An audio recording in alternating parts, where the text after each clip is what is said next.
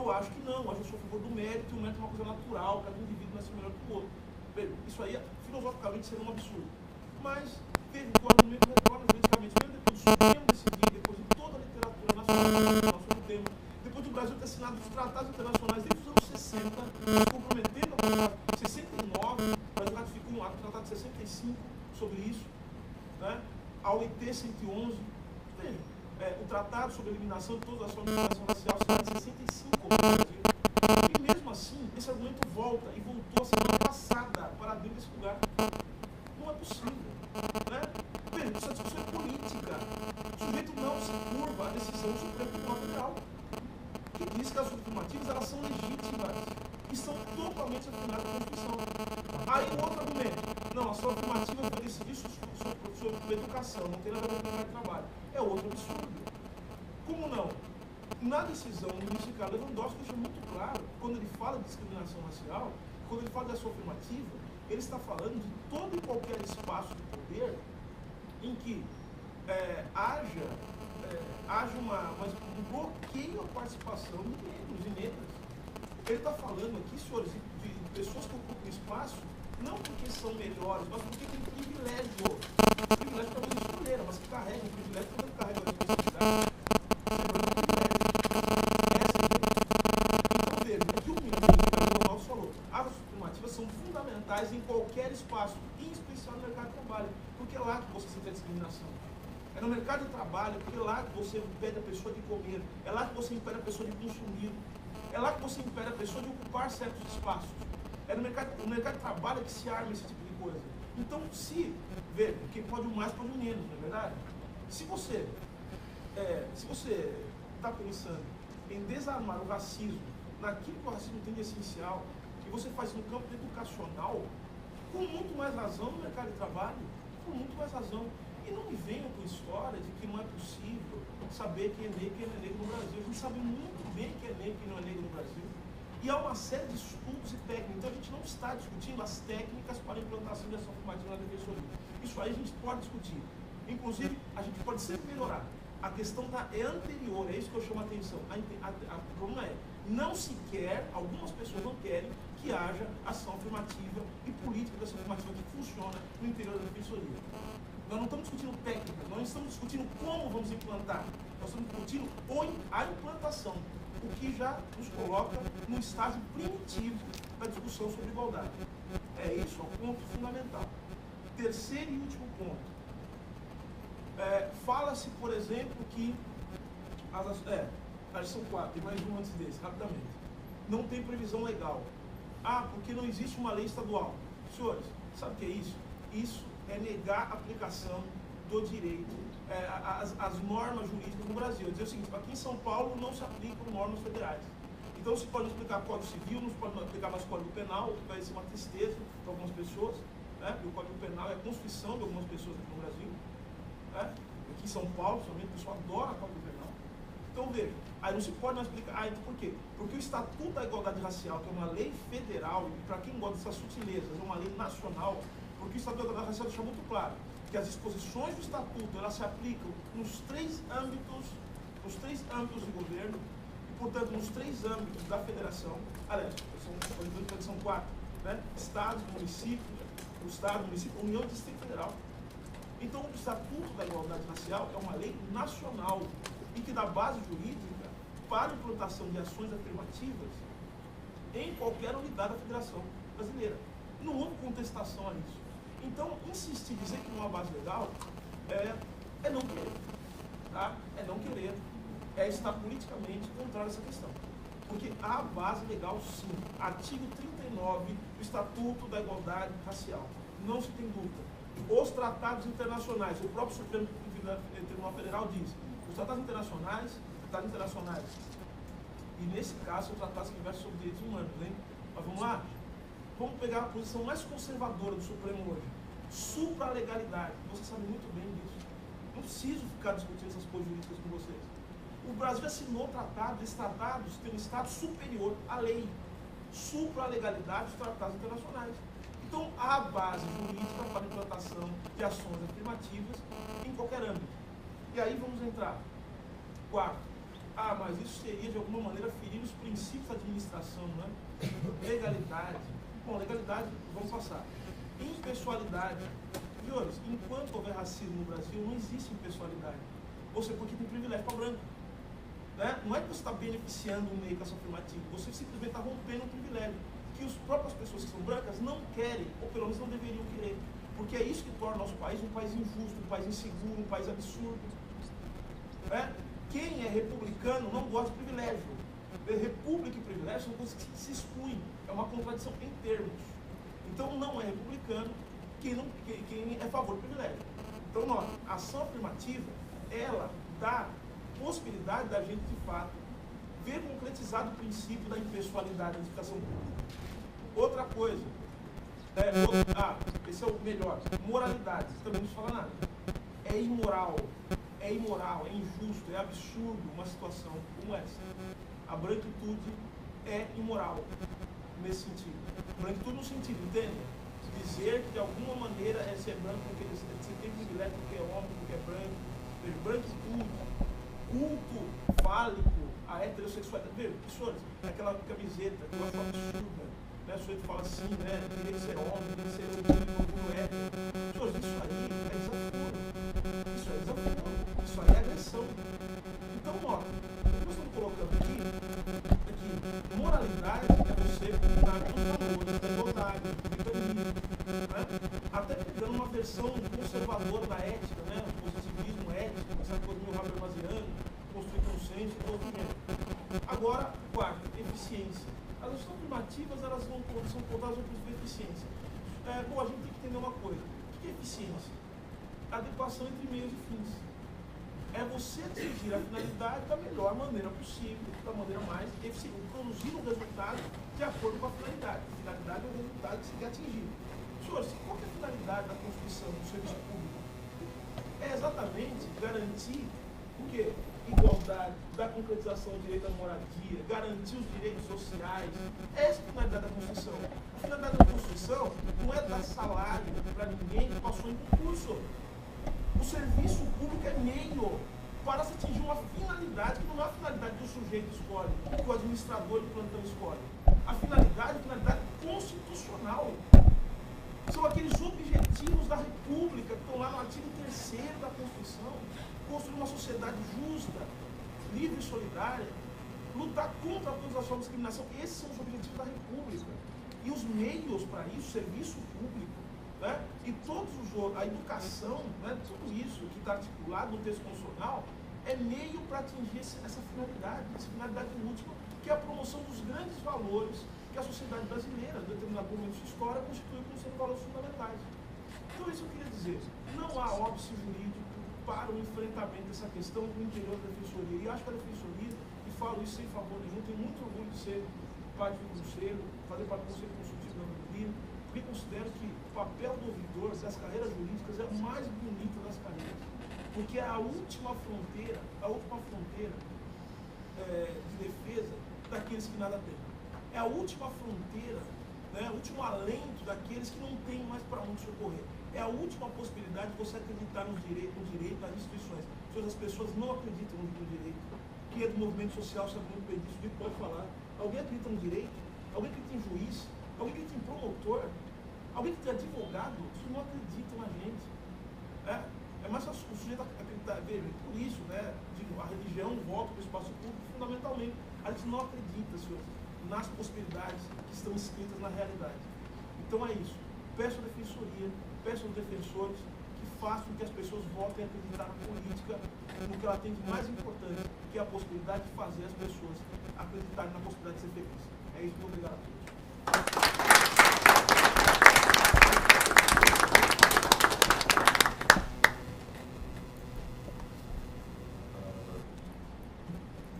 Eu não sei seu nome.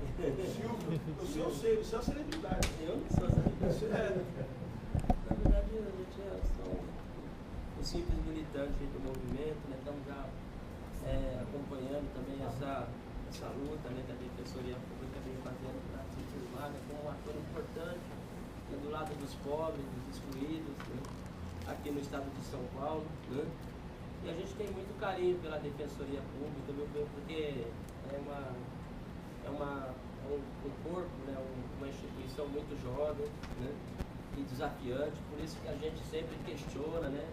E a Defensoria, ela nasceu, vamos dizer assim, né, a gente já vem acompanhando mesmo. Eu não acompanhei muito a luta pela implantação da Defensoria Pública no Estado de São Paulo, né? Participei das últimas mobilizações, né? Teve gente anterior aí, a gente que construiu essa história.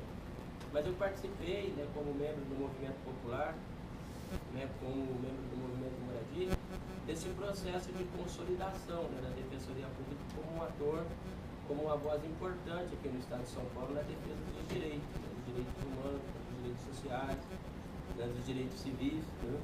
E evidentemente, né, quanto mais a Defensoria Pública se abre às questões, né, que é, eu esqueci o nome, deveria ser peça também, que a Ruth levantou no Silvio, né, mais forte a Defensoria se torna, né, mais importante ela vai se tornando, né, e maior é a referência que ela vai construir dentro dessa agenda da luta pelos direitos sociais aqui no Estado de São Paulo, né? Um Estado que todos nós sabemos que é um Estado ultraconservador, com posições muito conservadoras, né? As sementes de ódio, né, do preconceito, a gente vê de todos os lados aqui desse Estado, né? Do racismo, né? E essa coisa, né?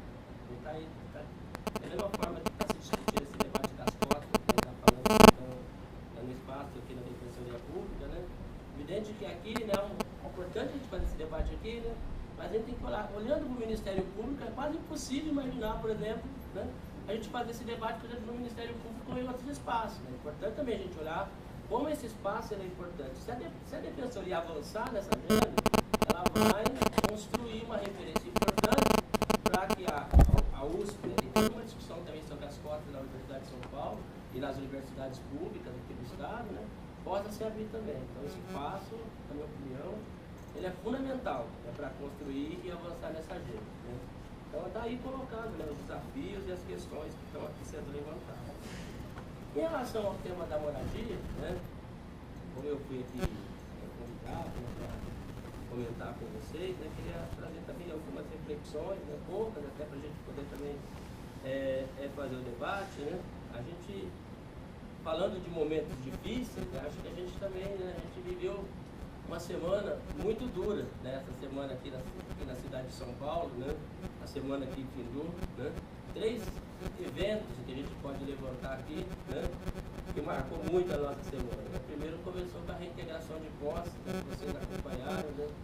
Quem, pelos jornais, pela televisão, aqui na capital, né? Inclusive a auditoria, você fez presente lá, também do Oberon, também dos atores, né, dos membros aqui da auditoria, mas também a Defensoria Pública através também da Luísa, né, e da Marina, né, também estiveram lá, levaram bomba de gás lacrimogêneo na cara, né, então, né,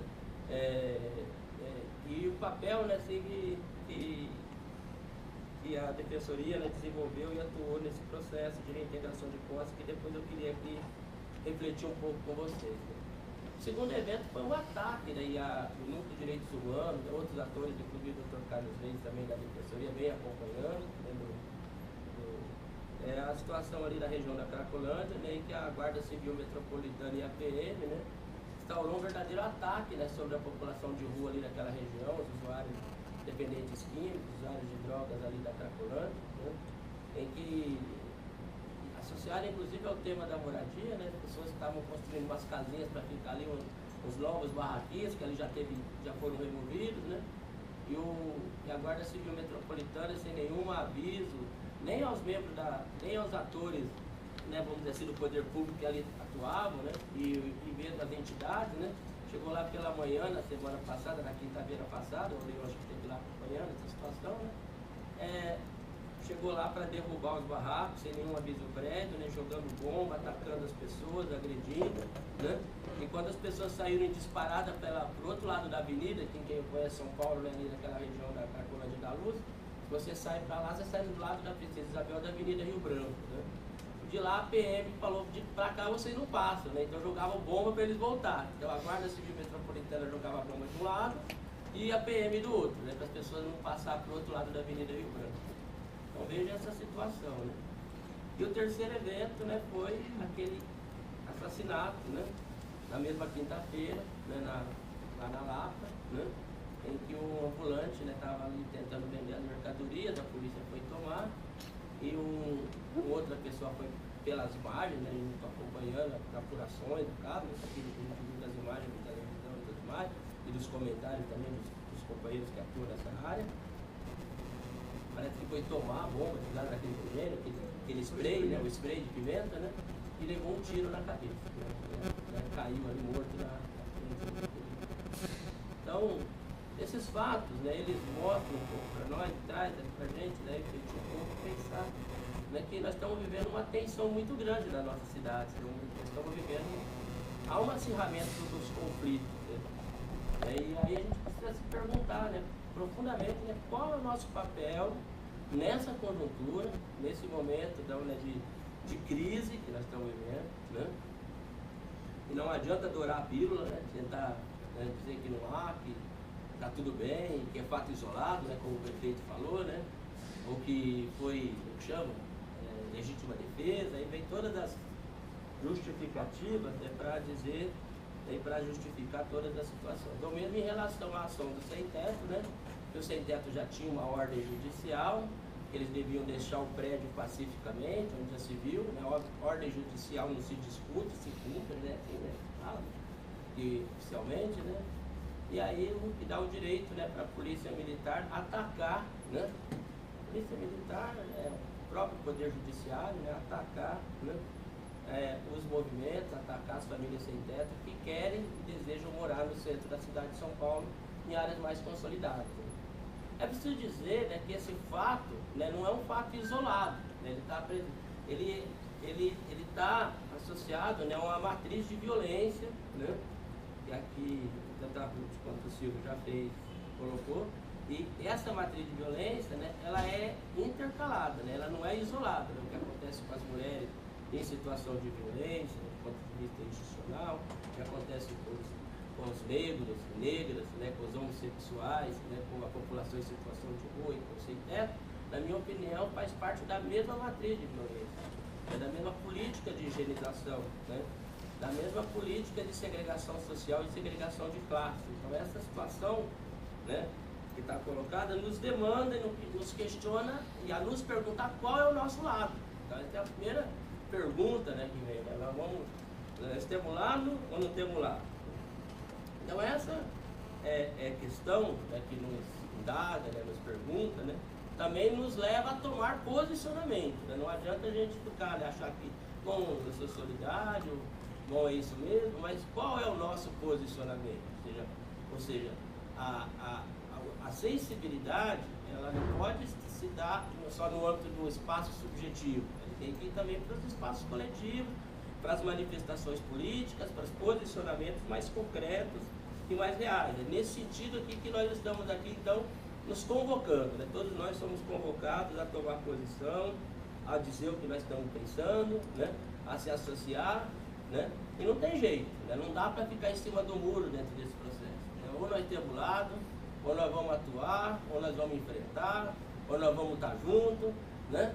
Ou não tem jeito. Aqui não tem meio termo dentro dessa agenda, né? Não tem como ficar em cima do muro, né? Não tem jeito, né? Um outro elemento que eu queria trazer também desse elemento do conflito e das questões, né, é esse aprofundamento, né, associado a esse processo da violência que a gente está falando, né, é esse processo de militarização, ou seja, as cidades, né, elas estão ficando meio que sitiadas, né? Então a gente, esse processo, por exemplo, que acabou de ser aprovado, né, esse projeto de lei que os políticos das campanhas eleitorais estão se vangloriando, por exemplo, de dar poder de polícia, por exemplo, às guardas municipais, né, vai gerar impacto também nas cidades menores do interior, né? Como é que as guardas civis metropolitanas vão agir, né, da agora para frente, né? Se a gente sente isso de uma maneira intensa, nas cidades grandes, né, como São Paulo, né, onde a presença da polícia, né, sobre as nossas cidades, as nossas periferias, elas já incidem, né, um processo pesado, né, de massacre sobre as populações mais pobres, né, e especialmente a juventude negra nas nossas periferias, né, que a gente percebe isso todos os dias, né, na nossa cidade, né.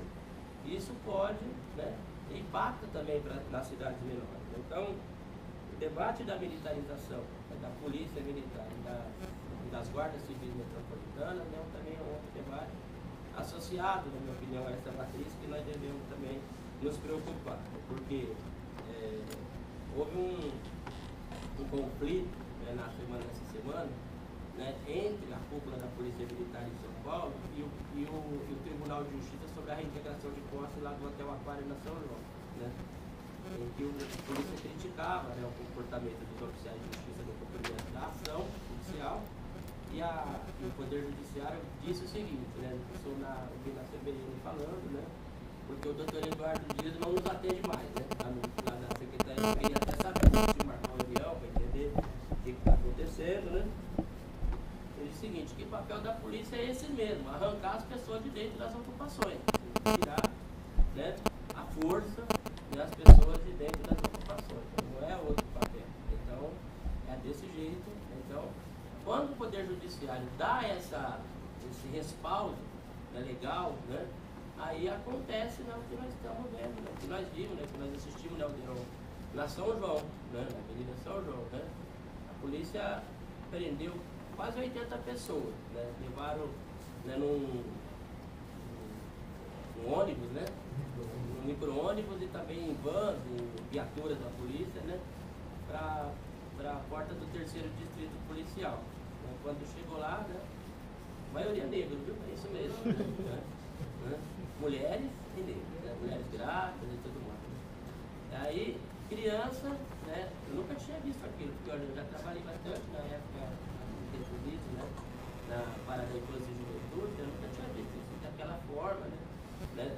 Criança cadeirante foi conduzida em viatura policial. Mães com bebê, criança de colo, tudo que você imagina, idoso, né? Pessoa deficiente, pessoas mais assim, difíceis, né? Foram levadas e depois elas foram colocadas num posto de gasolina na frente do 3º, ao lado do 3º Distrito Policial, numa roda parecida com essa que nós estamos aqui, né? Com aquela troca do braço em volta, né? As pessoas ficaram ali por quase 3 horas detidas, sem água, sem comida, sem nada ali, em condições, pessoas inclusive machucadas por causa da violência da polícia.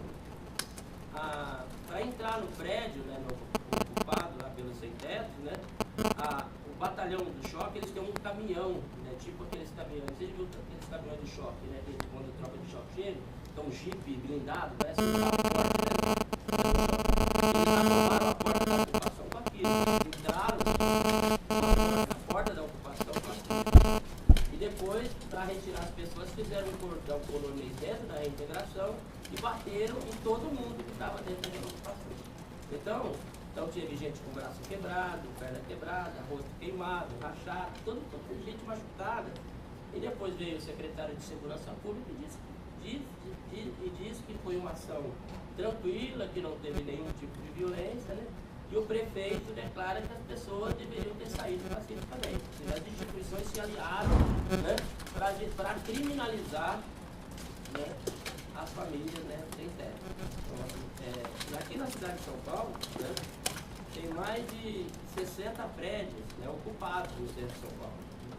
E toda semana, né, tem uma integração de posse. Toda semana uma integração de posse. Né? E envolve um número grande. A integração de posse dessa cidade tem todos os dias, mas ou despejo e tudo mais, mas a integração de posse grande toda semana. E assim vai se seguir, não sei até quando, porque eles tiram as famílias de um local, as famílias que saíram da Avenida São João ocuparam, né, um prédio na Avenida da Rua Líbero Badaró, no centro de São Paulo, que já está com a liminar de reintegração de posse. Esse círculo de violência ele não termina. Ele não, por quê? Porque o poder público tem uma incapacidade grande, né, de dar resposta concreta às demandas, né, das famílias sem teto e de responder uma necessidade premente de habitação numa cidade que esse problema, né, só se agrava, né, por 2 motivos. Né, um aumento absurdo dos aluguéis da cidade, né, uma ampliação assim, galopante do processo de especulação imobiliária, que não é um problema só da cidade de São Paulo, mas atinge todas as regiões metropolitanas, as cidades pequenas e médias do estado de São Paulo. Todos os defensores que estão aqui ouvidores, ouvidoras, pode dizer isso, ou seja, porque as demandas que devem chegar para vocês quase todos os dias na Defensoria Pública está associada a esse problema, famílias falando, não consigo pagar aluguel, não sei o que vou fazer, estou sendo despejada, desesperada, né? Imagino eu que na mesa de vocês a pessoa deve chorar, o desespero é muito grande, porque elas não conseguem, né, pagar aluguel, né? E muitas vezes, né, não tem um processo coletivo a que se associar, né? E para concluir aqui a minha fala, né, chegou um e-mail hoje, né, uma notificação do Ministério Público, né, lá na União de Movimento de Moradia. Diz o seguinte, né, que o doutor José Carlos Freitas, mais outros, promotor, né, todo dia chega lá, notificação, numa tentativa de criminalizar os movimentos e tudo mais. Né? E a gente vai respondendo, às vezes faz manifestação lá no Ministério Público, às vezes tenta dialogar, né?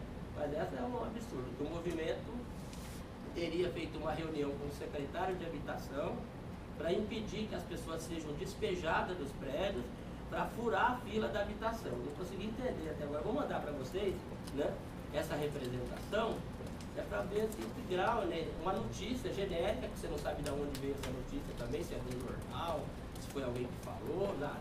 Noticiaram esse assunto, né, e chegou lá essa representação contra o movimento.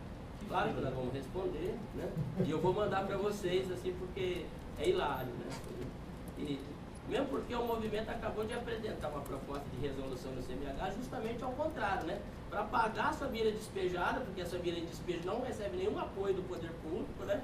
Para garantir, né, a participação dos movimentos dos programas sociais de Minha Casa Minha Vida, através do programa Minha Casa Minha Vida e entidades, que não tem nada a ver com a fila da habitação.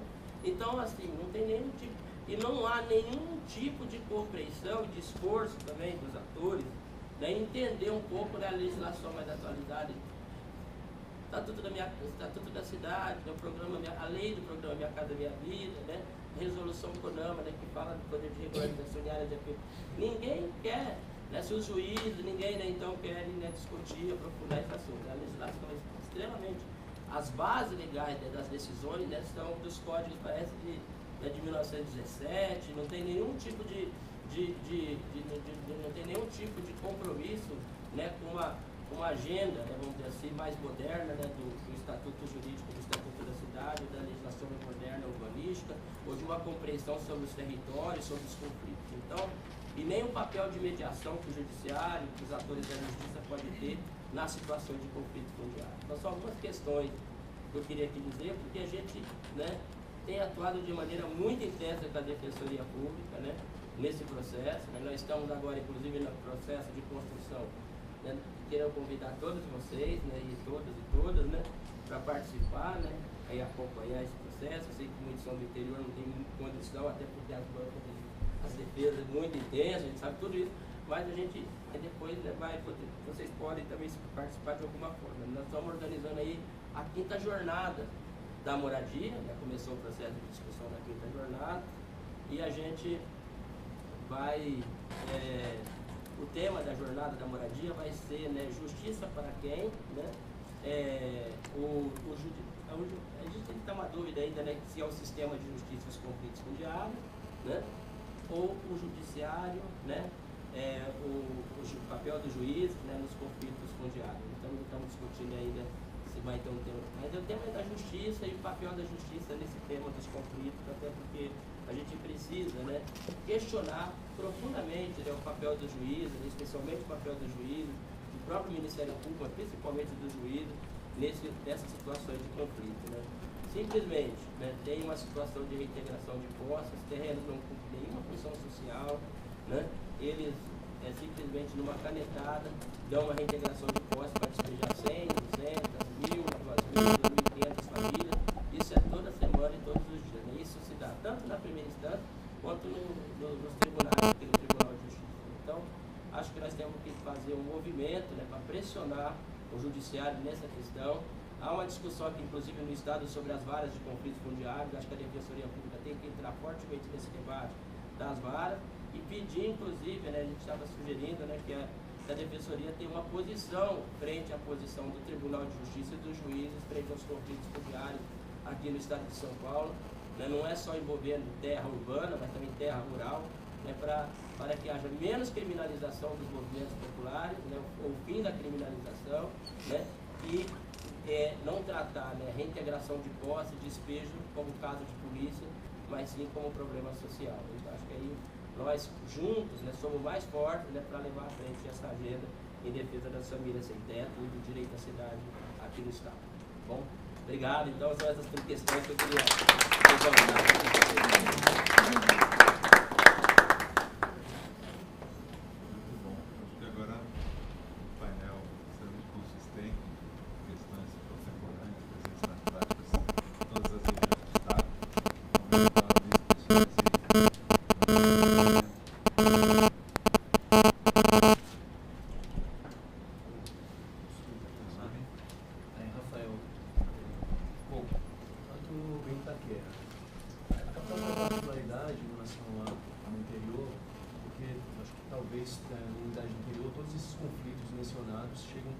Devem chegar com muito mais facilidade. Aqui, como tem a peculiaridade, os foros centralizados para alguns tipos de conflito e algumas questões são bem particulares da região central, a população em situação de rua ela é bem mais centralizada, né? Às vezes, para mim, que trabalho com carteira, talvez uma demanda que deva ser buscada, né? Por exemplo, vou falar para o Silvio, que na pré-conferência do ano passado, buscar movimentos negros na leste. Tinha no catálogo da gente só 3 movimentos. Eu tinha ido no extremo da leste, né, que é lá no fim da cidade de Tiradentes, já de Vasconcelos, o centro cultural. Então eu tinha visitado algumas casas, dos moradores, fiquei impressionado com a quantidade de cultos de religião afro que tem na periferia de São Paulo. Parece que não existe, né? Outra questão que então, eu tinha entrado no centro, que era um ritual de candomblé. Fiquei maravilhado, mas eu não sabia que movimento, se existia uma associação ali formalizada, né? Então, com muita dificuldade de encontrar movimentos, pelo menos formalizados, negros na leste, para poder ter esse trabalho, esse contato, né? Para eles se apropriarem também da Defensoria Pública. Porque na prática, aqui na capital, a gente tem a demanda em uma unidade civil como a de Itaquera, ou São Miguel, demanda família civil e infância na área civil. Então você vai trabalhar no dia a dia, você vai ter lá divórcio, perspectiva do Estado, blá, blá, blá, e aí a demanda lá, ação de cobrança, uma reintegração de posse. Então, de todas essas demandas, o que vem, o que fica mais notório, são as demandas de habitação. Então, e aí eu passo um pouco do dito, que depois eu falo na questão da RUT, eu falo algo da RUT, que a gente nos 3 meses veio a expansão da Defensoria Pública, e veio um projeto de criação da atuação da Defensoria, do JVD de forma centralizada, no meio do discurso centralizou-se, né? Hoje na Leste a gente tem 2 defensoras que atuam com essa demanda, mas com certeza que elas ficam totalmente soberbadas na parte criminal e deixam de fazer a atuação mais necessária, né? Que é o acolhimento e a construção de um espaço, de trabalhar com assistência, né? Assim por diante. Então, eu queria também ouvir como o movimento de mulheres enxerga, depois de toda aquela crítica, aquele período mais acirrado pós-conferência do ano passado, como o movimento de mulheres enxergou esse chama de avanço, né, de ter pelo menos defensoras designadas. E quanto à habitação, fiquei impressionado, é a área que eu atuo hoje e que eu procuro me especializar mais, né? E assim, me impressiona como os juízes realmente são leigos no assunto, porque fui despachar com o juiz a semana passada, foi retrasada, e aí o juiz tinha dito na reintegração coletiva, oficie-se a subprefeitura para que providencie as medidas necessárias, e a Comissão de Gestão de Crises, do Comitê Comitê de Gestão de Crises. Vou conversar com ele, porque numa reintegração anterior eu tinha conversado com o subprefeito de Itaquera. Vou perguntar, o que o senhor pode fazer nessa integração? Nós vamos dar todos os meios para a reintegração. O que são todos os meios? Nós vamos dar os meios os caminhões, o depósito para o proprietário. O proprietário é particular, não tem se a prefeitura vai dar isso. Não, vamos combinar que, vamos supor que se eu não dê isso, o que vai acontecer? O juiz vai cair em cima de mim. Aí gravíssimo, né? Então aí eu fui atrás a superior, não sei se é subprefeito, a parte da prefeitura que gere todas as subprefeituras. Aí os caras me falaram, olha, isso é bem comum alguns subprefeitos fazerem isso. Tem probidade administrativa clara. Só que como é que eu tenho prova para isso? Aí eu fui falar com esse juiz. Juiz, eu fico muito preocupado, porque a prefeitura, o que o senhor entende como providências necessárias da subprefeitura? Ele falou assim, eu nem sei, né? A prefeitura não ajuda, às vezes nesse negócio de assistência social. Aí eu vi que ele nem sabia o papel de como a subprefeitura trabalharia nisso. Eu falei, aí eu falei, muito cuidado, porque no passado o próprio subprefeito me falou isso. Aí disse, e o comitê de gestão de crise? Eu também não sei, não. Tem uma portaria aqui, ó. Aí tem uma portaria da corregedoria. Eu não sei exatamente como trabalha, mas é assim. Né? Então, é impressionante, porque é isso, a mentalidade dos caras foi consolidada na visão do Código Civil de 16 e a propriedade como uma questão absoluta. E você vai falar sobre o Estatuto das Cidades, parece é igual falar de princípios, né? Como se fossem recomendações, não é norma.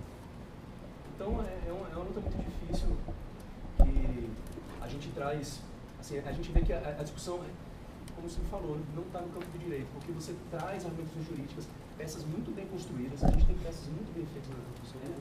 É água, não serve para nada. Então como é que você faz esse enfrentamento? Complicado, porque ano passado eu falei, vou atrás dessas reintegrações, a mobilização do oficial de justiça, né, reunião com a PM, que eles fazem antes, né, em todas. Aí não tinha promotor, eles eram convidados, não iam. Então estava lá aquele mundo inteiro de atos administrativos sendo realizados, sem controle nenhum, o juiz não sabe o que acontece ali, o defensor também não, se não for. E aí, sim, acho que a presença do defensor nesse momento causa um impacto para os moradores, então, absurdo, porque no fim a gente perde, mas eles reconhecem a presença do ser como Estado ali. Então, é isso, fica, às vezes é essa impotência, porque você fala, você volta lá, dessa ouvidoria da subtributação, os movimentos todos lá, a discussão sai na imprensa e forma clara, e é tudo tão naturalizado, né? Complicado.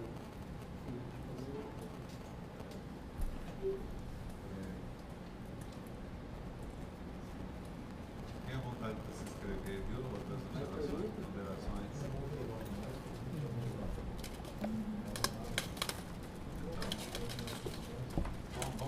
Vamos fazer uma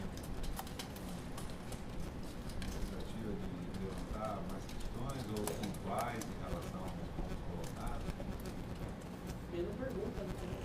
Posso fazer uma pergunta para você?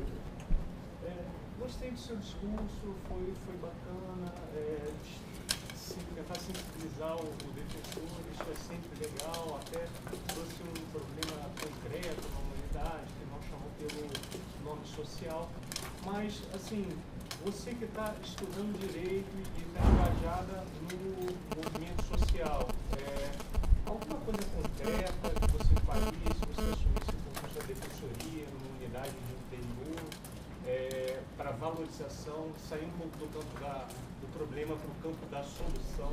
Você daria alguma dica? Daniel.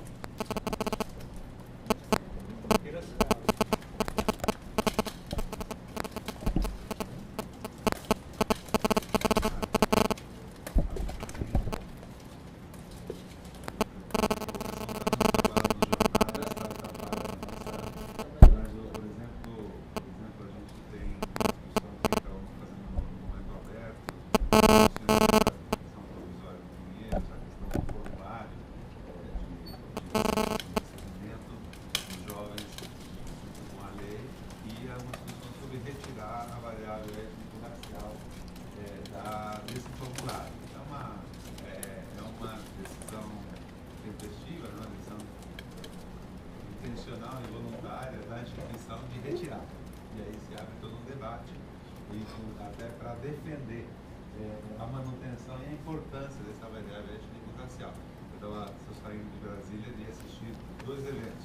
Um, o exemplo que é o Plano de Enfrentamento da Violência contra a Juventude Negra, que procura estabelecer um paradigma para combater racismo institucional, violência institucional. Plano o quê? Plano de Enfrentamento da Violência contra a Juventude Negra, que é o Secretaria Nacional de Juventude, em parceria com estados e municípios. Em São Paulo está acontecendo nos Estados Unidos, e também na Zona Norte e na Zona Leste, pilotos desse projeto. E outro evento foi o evento sobre a subrepresentação no parlamento, que por primeira vez o STF colocou nas fichas de inscrição dos políticos eleitos a questão étnico-racial. Ela não constava, então não era uma variável. A gente sabe que o eleito para cargos eletivos é um homem de 35 e 50 anos, profissional liberal, branco e, em geral, vinculado às empresas mais poderosas do seu território de atuação. Esse é o perfil. O que não é isso é 10, 15% de exceções. E as exceções, muitas vezes, por um caminho enviesado, confirmam o mesmo nível de vínculos econômicos e sociais. Então, a minha dessas 2 situações, assim como da eleição do Conselho Nacional dos Direitos Humanos. Então, aí a questão LGBT, a questão feminista, da mulher, do tratamento apropriado, do enfrentamento da violência, da homofobia, são questões que estão no topo da agenda do país, né? Então, de certa maneira, quando isso se apresenta em São Paulo, estado mais rico da população, mas frequentemente com esses indicadores de racismo, de homofobia, de intolerância em nível mais alto que na média do país, a gente fica com essa sensação de um estado ultraconservador, onde a gente não consegue bloquear, furar esse bloqueio da política de Deus. Pode fazer só um comentáriozinho? Não, é rapidinho, só na fala de vocês, se vocês puderem dar dica, então vou dar. O meu vigor é fazer essa interligação com os movimentos sociais da região. Então, se tiver uma dica prática, assim, como os subversivos poderiam também se aproximar dos movimentos, Sim. acho que isso seria bem bacana. Depois até no café, se tiver uma dica concreta, né, a gente conversou um pouquinho do clima, tá? Então, minha sugestão, né, nessa linha, acho que tem uma questão. Como é que é seu nome? O que falou da dica lá? Daniel. Então, Daniel, acho que, bom, eu não sei, né? Difícil também, mas eu acho que 2 questões, né? Acho que se a gente, cada defensor ou sobreviver, né? Se a gente tiver um diagnóstico, né? Acho que aí tem que andar, né? Na cidade, no espaço onde vocês estão, não sei, né? Para conhecer, né? Porque se a gente também, né, ficar lá dentro do gabinete, no meio dos processos, vocês têm muita coisa para fazer. Imagina a quantidade de trabalho, né? Nem imagino, né? A quantidade de trabalho que vocês têm, os milhões de processos que tem, né?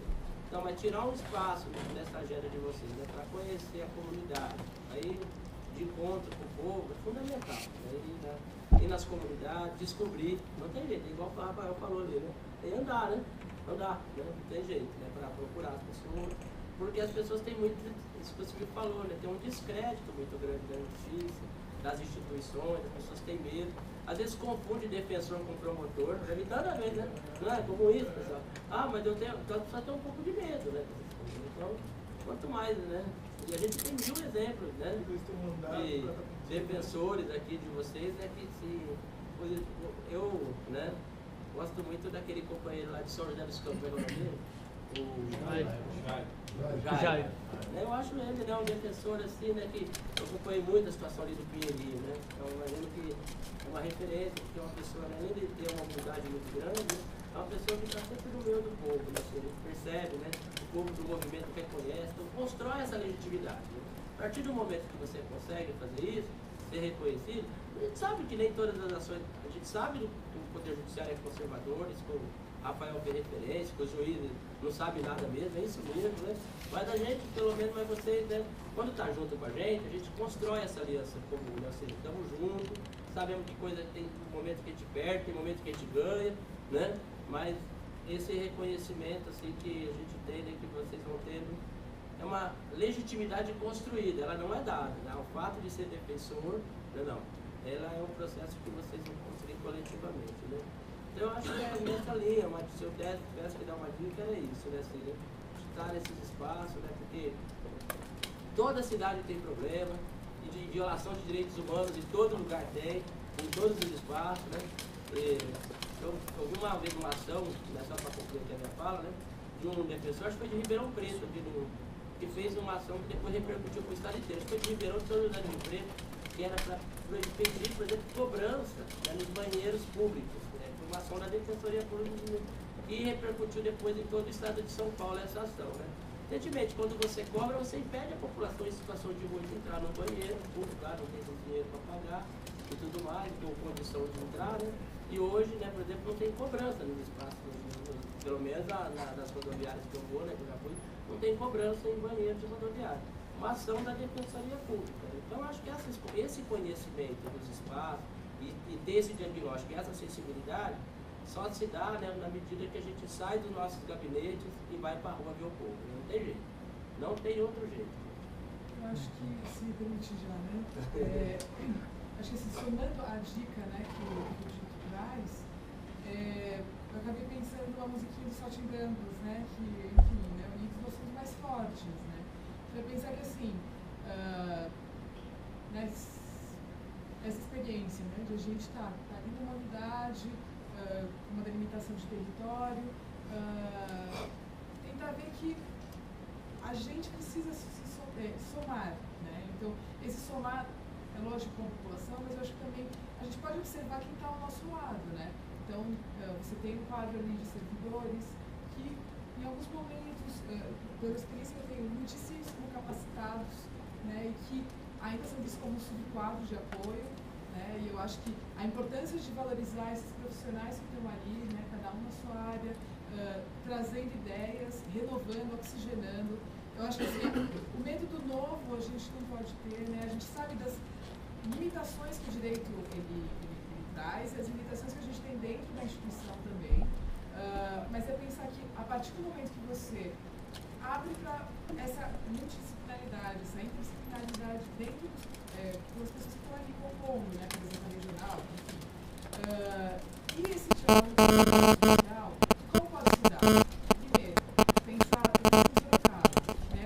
Tem ali, se não me engano, um conselho, talvez se aproximar. Às vezes, esses espaços também dos conselhos, eles não trazem, não ampliam tanto, porque a gente sabe que é uma discussão ali de ego e que as pessoas às vezes estão ali ocupando espaço não necessariamente para discutir direitos da população, infelizmente não reconhecer isso, mas e vem a coerência desses ativistas militantes que estão ali.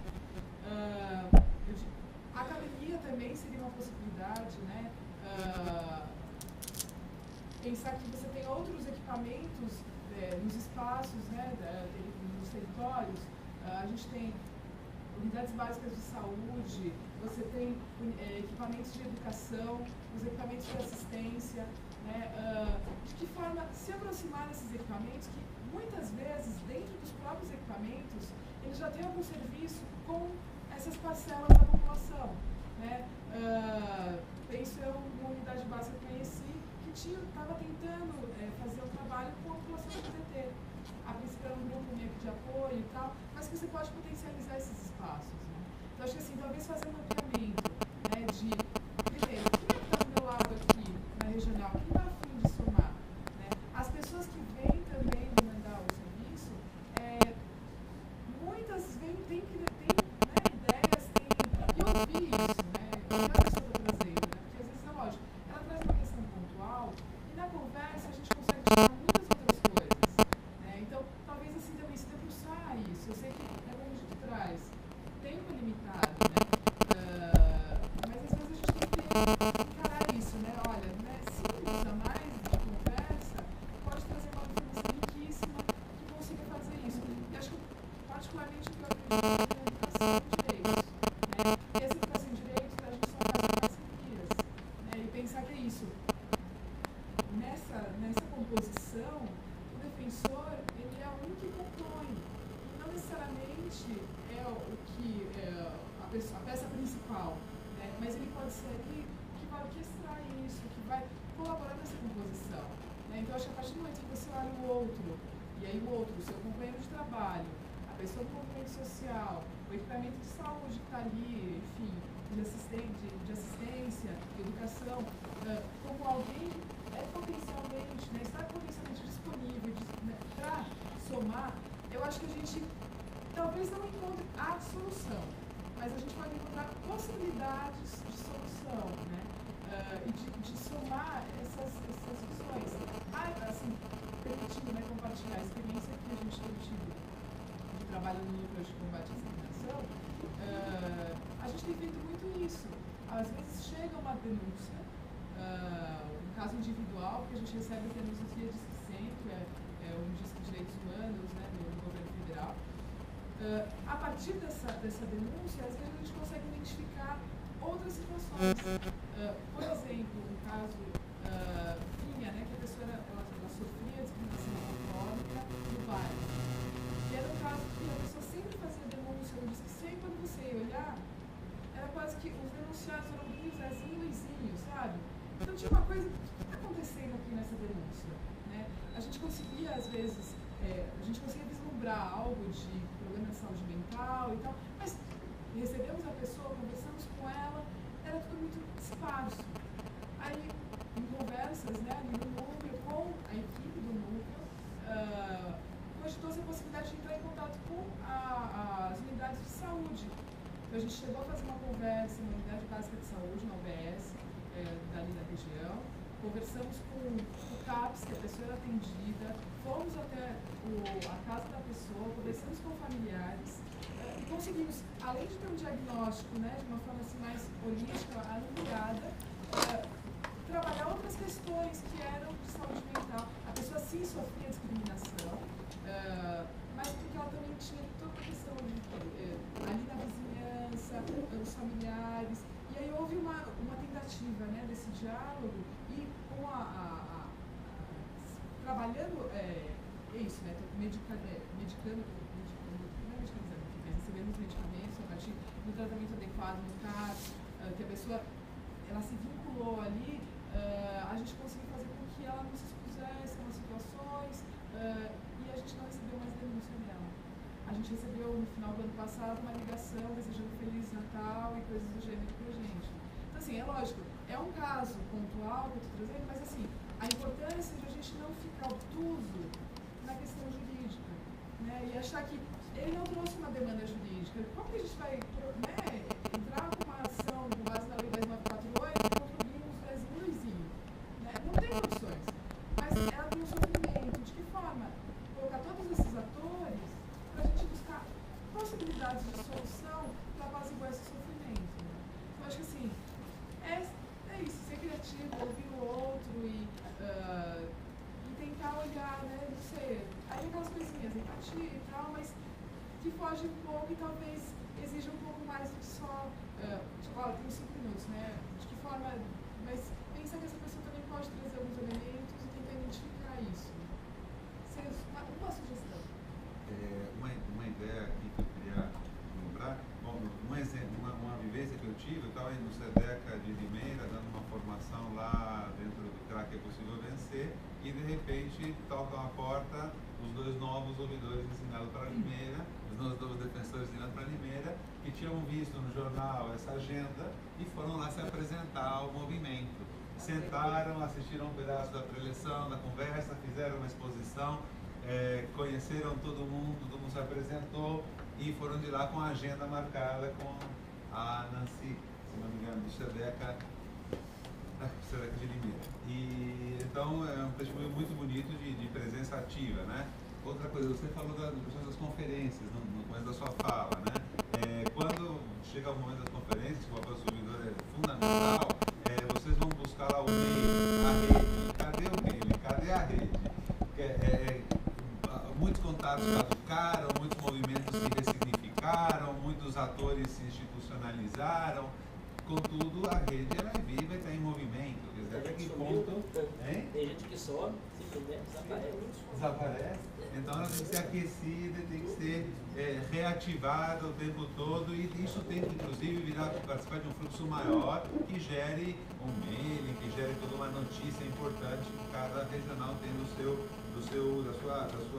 entorno, da sociedade organizada e não organizada, porque e quando você olha os conflitos sociais, como eles se expressam nas ruas e nos lugares, você toma contato com uma rede não organizada com atores sociais relevantes, que estão ali na proteção, na defesa dos direitos, etc.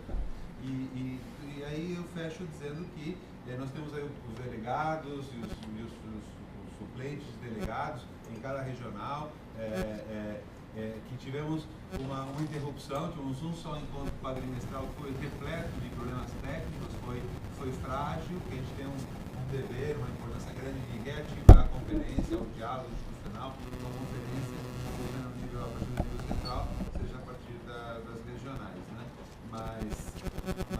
E a outra coisa, acho que é uma coisa que eu até reforçaria, a questão da informação mais qualificada, quer dizer, por exemplo, a cidadania trans, é uma questão, como proteger os direitos, identificar as violações, passa por a gente conhecer esse campo com mais clareza, com mais atenção.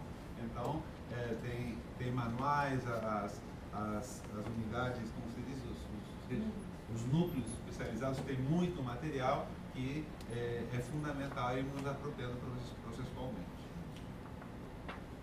Bom, falar rapidamente. Bom, primeiro, pegar o finalzinho que você falou, Pedro. Eu acho que existem debates importantíssimos que são construídos, inclusive, por uma intelectualidade, assim, dos movimentos, e há, sim, uma produção bastante significativa, teórica, que tentam explicar alguns fenômenos, o que está acontecendo aí, e que, em geral, isso é uma coisa que não é dada, a gente costuma um pouco desconsiderar essa produção acadêmica, teórica, que está fora do âmbito do direito. Por exemplo, no caso do César Peluso, sobre a questão das comunidades quilombolas. Ou seja, ele disse que o decreto que demarcava, que regulava a demarcação do reconhecimento da cidade do quilombola é inconstitucional, porque, primeiro, que o decreto ele é um decreto autônomo, porque ainda que haja uma previsão constitucional do reconhecimento das terras quilombolas, o direito não define o que é quilombola. E o decreto faz. Ele fala assim, com todo respeito aos antropólogos, que há muito tempo trabalham com isso, o direito não faz isso, ou seja, que se dane a antropologia, tudo que foi estudado na antropologia, se o direito não faz, é porque não existe no mundo. É mais ou menos isso. Então a gente tem um pouco essa postura em relação às coisas. Mas agora, é o que você colocou, Rafael, não é só uma questão de não saber. O pior não é não saber, o pior é não querer saber. Esse é o problema. Então a gente está com outra questão que você colocou, que é o problema político, de enfrentamento político e de dia a dia, e que quem está afim de fazer isso no campo da defensoria vai ter que lidar com as angústias e com as dores de uma luta, que é a ideologia. Né? O sujeito não começa a virar juiz, ou fazer as coisas que ele faz no momento que ele passa no concurso. É da família dele. Já tem um perfil ali. O sujeito que vira juiz, ele sai de um determinado extrato, uma camada da população, ou a juíza também. Enfim, são pessoas que já vêm com uma vivência. E só a gente, naquelas aulas de interpretação do direito, completamente malucas, acha que o direito não é feito com preconceito. Não é só com conceito, é com preconceito. A gente vem com uma visão existencial do mundo e coloca isso nas decisões que a gente toma. Então o sujeito ele já sabe, primeiro ele decide, depois ele justifica, depois ele argumenta. E o campo da argumentação jurídica é o campo da ideologia, que ele aparece. Ele fala assim, eu acho que gente que entra em prédio de propriedade privada é criminoso, é ilegal, é invasor. Então ele já decide que ele vai expulsar aquelas pessoas de lá e depois ele vai justificar com base no artigo 5º, Código Civil, Código de Direito. Então, veja, o que a gente precisa fazer é a primeira parte. Nós precisamos construir outras possibilidades argumentativas. Você vamos construir outras formas de justificar isso. E para isso a gente precisa tomar contato com a realidade, tomar contato com esse movimento, o movimento moradia, o movimento feminista, o movimento LGBT, o movimento negro, e saber o que está sendo tratado. Notem, a gente está falando aqui de cota, falando de Brasil, né? Eu tenho definido uma posição como professor, que é a seguinte: eu gosto de direito econômico, né? Eu trabalho com direito econômico, trabalho com filosofia do direito. Aí vamos discutir direito